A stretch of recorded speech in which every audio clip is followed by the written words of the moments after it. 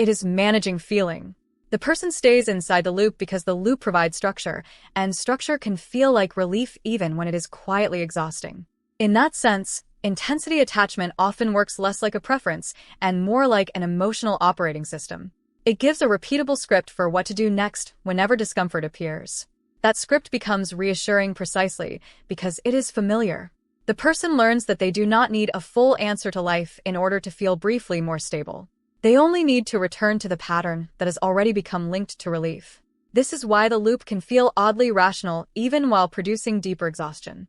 That is why the loop can remain persuasive long after a person has started noticing its costs with complete clarity.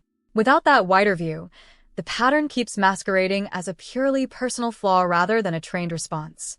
Without it, the loop keeps winning quietly. That question tends to slow the cycle just enough for a different response to become imaginable. What keeps the cycle alive is the repeated sensation of adrenaline, relief, reunion highs, and the temporary sense that emotional chaos proves the bond is real.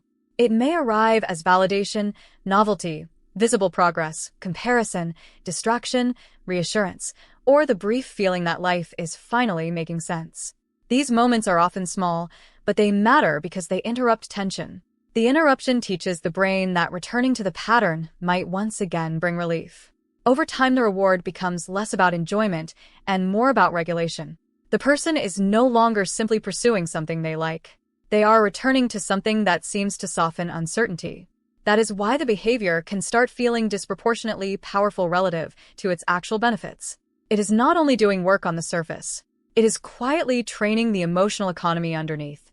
The repetition matters because repetition creates expectation. After enough cycles, ordinary reality starts being judged against the emotional tempo of the